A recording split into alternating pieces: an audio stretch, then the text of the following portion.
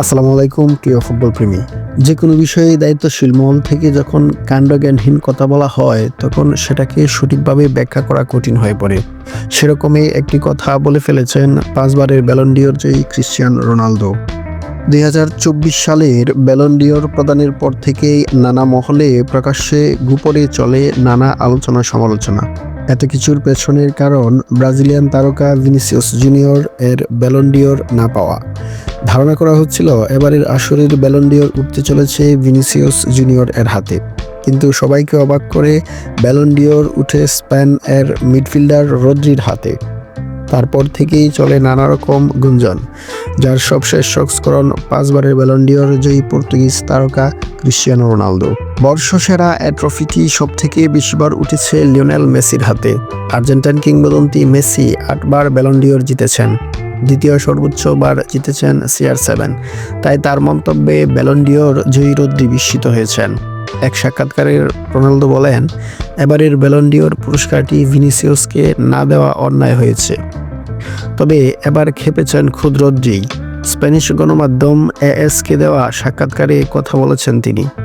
CR7 এর মন্তব্যে Rodri বলেন, এটা বিস্ময়কর, সত্যিই বিস্ময়কর, কারণ পুরস্কারটি কিভাবে দেওয়া হয় সেটা অন্য যে কারো থেকে ভালো জানেন।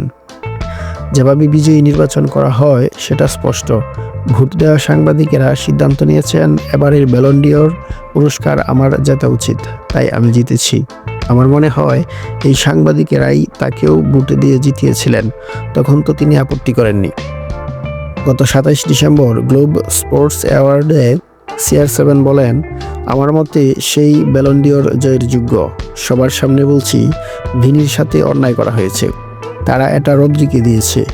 ভিনি যোগ্য দাবিদার ছিলেন, কারণ সে চ্যাম্পিয়ন্স লিগ জিতেছে ও ফাইনালে গোল করেছে। অনুষ্ঠানে তিনি ব্যালন ডি'অর আয়োজক ফরাসি সাময়িকী ফ্রান্স ফুটবলেরও সমালোচনা করে দ্বিধা করেননি। পর্তুগিজ তারকা বলেন, এই অনুষ্ঠানগুলো এমনই, তারা সবসময় এই কাজ করে।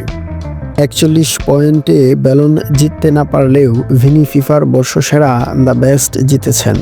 গত সেপ্টেম্বরে ACL এর চোটে পড়ে মৌসুম থেকে ছিটকে যান রদ্রি।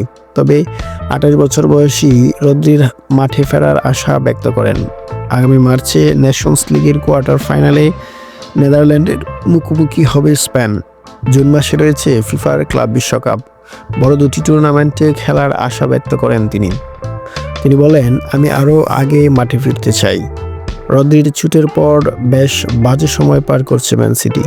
সবশেষ লেস্টার সিটির বিপক্ষে 2-0 গোলের জয়ের আগে 13টি ম্যাচে সিটির জয় ছিল মাত্র 1টি। 9টি হারের সাথে 3টি ড্রও ছিল। 19 ম্যাচে 31 পয়েন্ট নিয়ে পয়েন্ট টেবিল এর 6 ম্যান সিটি। প্রিমিয়ার লিগের শীর্ষে আছে লিভারপুল। ক্রিশ্চিয়ানো রোনালদোর করা মন্তব্য নিয়ে আপনার প্রতিক্রিয়া জানিয়ে দিন কমেন্ট সেকশনে। ফুটবল ভালোবাসুন, উপভোগ করুন সারা সময়। আল্লাহ হাফেজ।